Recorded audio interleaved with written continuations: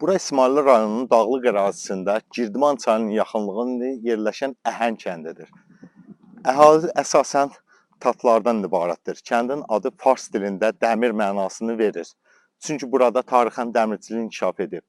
Əhalinin əsas məşğuliyyəti heyvandarlıq, meyvəçilik, xalçaçılıq və əkinçilikdir. Əhəndə 500-dən çox insan yaşayır. Sərt dağ iqlimi olsa da kənddə il boyu avtomobillə getmək olur.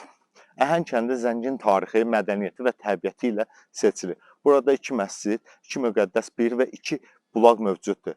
Əhəndə doğulub SSR dövründə sosial əmək qəhrəmanı olan 2 şəxs, Məmmədov Səfərəli və Qasımov Əlman bu kəndin fəxridir. Əhəng sadəcə bir kənd deyil, öz tarixi, təbiəti və insanları ilə yaşayan bir mirasdır. Sonda güvən xalqına hörmətdir.